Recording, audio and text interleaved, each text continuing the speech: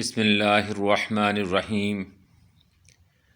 وہ لوگ جو محض تعصب و ہٹ درمی سے آپ کی مخالفت کر رہے ہیں، انہیں قیامت کے قائم ہونے کا خیال تک نہیں۔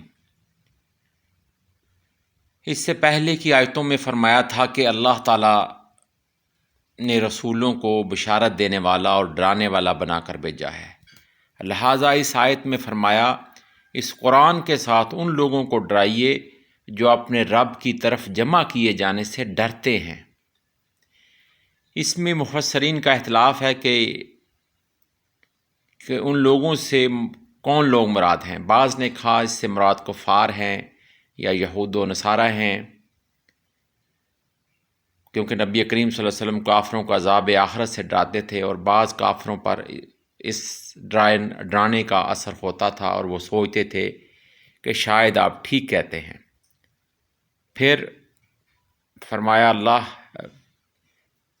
کے سوا ان کا کوئی مددگار نہیں، اور اس کی اجازت کے بغیر کوئی ان کی شفاعت کرنے والا نہیں ہوگا۔ اس میں یہود و نصارہ کا رد ہے جو کہتے تھے کہ ہم اللہ کے بیٹے ہیں اور اس کے محبوب ہیں، اور اس میں مشرکین کا بھی رد ہے جو یہ اعتقاد رکھتے تھے کہ ان کے بت اللہ کے پاس ان کی شفاعت کریں گے۔ اور بعض مفسرین نے کہا ہے کہ ان لوگوں سے مراد مسلمان ہیں، اور معنی یہ ہے کہ آپ مسلمانوں کو ڈرائیے جو اپنے رب کی طرف جمع کیے جانے سے ڈرتے ہیں، کیونکہ مسلمانوں کو ہر چند کہ اپنے رب کے سامنے جمع کیے جانے کا یقین تھا، لیکن ان کو اپنے اوپر عذاب کا یقین نہیں تھا، کیونکہ ان کو یہ گمان تھا کہ ان کا خاتمہ ایمان اور نیک اعمال پر ہوگا، تاہم یہ بھی ہو سکتا ہے کہ ان کو عذاب ہو۔ اس لیے فرمایا کہ آپ انہیں آخرت کے عذاب سے ڈرائیں تاکہ وہ گناہوں سے باز رہیں اور نیک اعمال پر ثابت قدم رہیں۔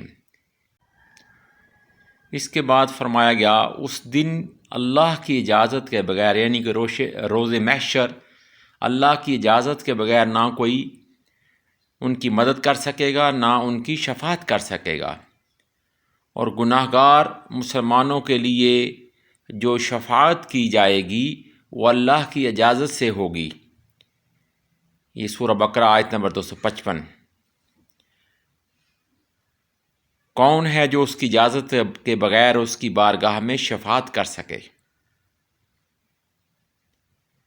پھر اسی طرح سورہ سبا میں ہے کہ اور اس کی بارگاہ میں صرف اسی کی شفاعت سے نفع ہوگا جس کے لیے وہ اجازت دے گا۔ پھر ایک دوسری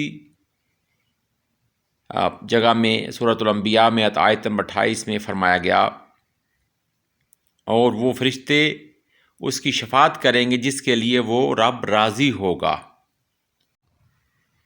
یعنی کہ اس سے ہمیں پتہ چلتا ہے کہ شفاعت تو اللہ کے اذن سے ہے، اللہ کی اجازت کے بغیر اس کے ہاں اس دن کوئی کسی کی سفارش نہیں کر سکے گا، اور نہ ہی کوئی بول سکے گا۔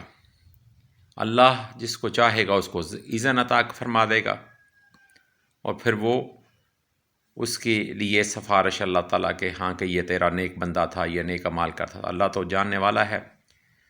تو یہ جو خیال ہے اسپیشلی یہ دوسری اقوام تھی، وہ سب کی نفی کر دی گئی۔